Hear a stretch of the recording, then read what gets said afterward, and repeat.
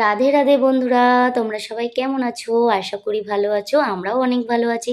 প্রত্যেক দিনের মতো আজও আর একটা নতুন ভিডিওতে তোমাদের ওয়েলকাম। যারা নতুন বন্ধু আজ প্রথম দেখছো আমার ভিডিও, তাদেরকে অনেক অনেক ভালোবাসা।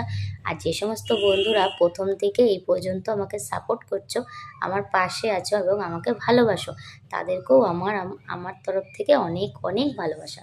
আর দেখো, সকালবেলা প্রতিদিনের মতো আজকেও স্নান সেরে পুজো দেওয়া আমার হয়ে গেছে।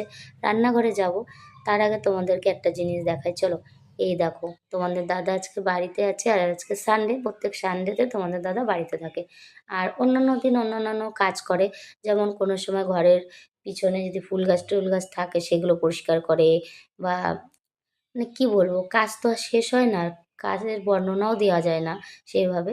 তো সেই সমস্ত কাজ করে। আর আজকে দেখো, বাড়িতে প্রচুর ঘাস হয়েছে, জঙ্গল হয়েছে। তো সেগুলো ঘাস মরার যে স্প্রে মানে ওষুধ, সেগুলো স্প্রে করে দিচ্ছে। তাহলে কি হবে, ভালো লাগবে বাড়িটা দেখতে, তাই না বলো? আর এত বড় বাড়ি না, হয়তো ভিডিওতে তোমরা এরকম দেখো, আমার বাড়িটা কিন্তু প্রচুর বড়, প্রায় 7 কাঠা জায়গা নিয়ে আমার বাড়িটা। সেজন্য এত বড় বাড়িটা মেনটেন করাও আমার দ্বারা অসম্ভব হয়ে যায়। তারপর এদিকে দুপুরে রান্না তো করতে হবে।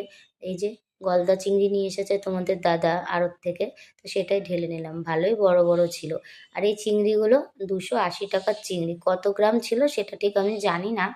তা তোমাদের দাদা বলে আর কিছু টাকা বললে হয়তো 500 খাসির মাংস হয়ে যেত।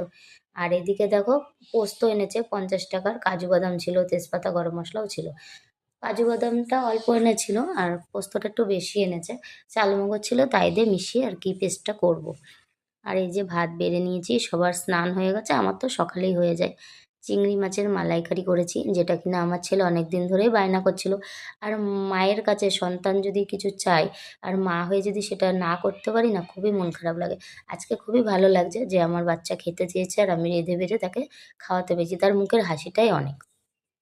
আর এটা ছিল চিংড়ি মাছের যে মাথা থাকে, সেটা থেতো করে মানে আর কি মিক্সিতে বেটে বড়া করেছিলাম। মটর ডাল ভিজিয়ে রেখেছিলাম আগের দিন, সেটা দিয়ে। আর করেছিলাম লাউ চিংড়ি। আর প্রথমে যে বাটিটা দেখলা সেটাতে লাউ চিংড়ি ছিল, আর এই বাটিটাতে বড়া। আর ভাত খাওয়া হয়ে গেছিলো, তাই বাসনগুলো সাইডে সরিয়ে রেখেছি, একটু পরেই ধুতে যাব, তার জন্য সাইড করে রেখেছি। আর এই যে তোমরা তো তখন দেখতেই পেলে চিংড়ি মাছের মালাইকারি, তো আবারও দেখাই। হয়তো পারফেক্ট পারি না, তবু নিজের মতন করে খাই, তো কারোর আশায় তো থাকি না বলো।